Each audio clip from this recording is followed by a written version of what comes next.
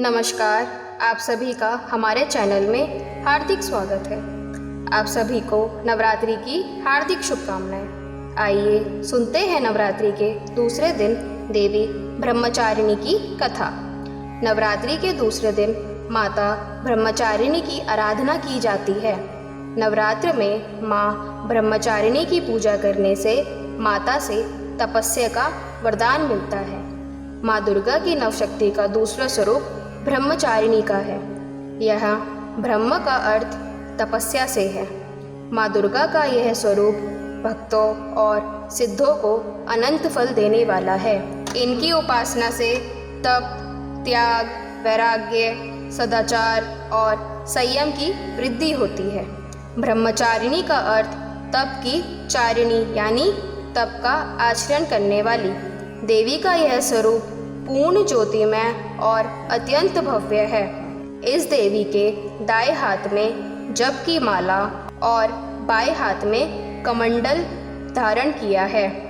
पूर्व जन्म में इस देवी ने हिमालय के घर पुत्री रूप में जन्म लिया था और नारद जी के उपदेश से भगवान शंकर को पति रूप में प्राप्त करने के लिए घोर तपस्या की थी। इस कठिन तपस्या के कारण इन्हें तपचारिणी अर्थात ब्रह्मचारिणी नाम से पहचाना गया।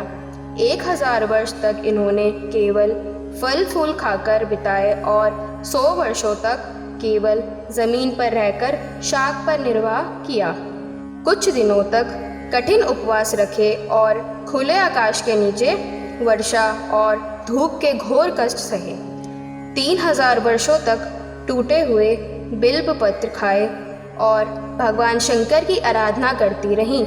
इसके बाद तो उन्होंने सूखे बिल्व पत्र भी खाना छोड़ दिया। कई हजार वर्षों तक निर्जल और निराहार रहकर तपस्या करती रहीं।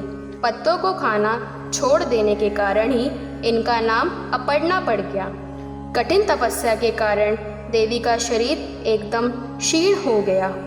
देवता, ऋषि, सिद्धगण, मुनि सभी ने ब्रह्मचारिणी की तपस्या को अद्भुत बताया, सराहना की और कहा, हे देवी, आज तक किसी ने इस तरह की कठोर तपस्या नहीं की। यह तुम्ही से ही संभव था।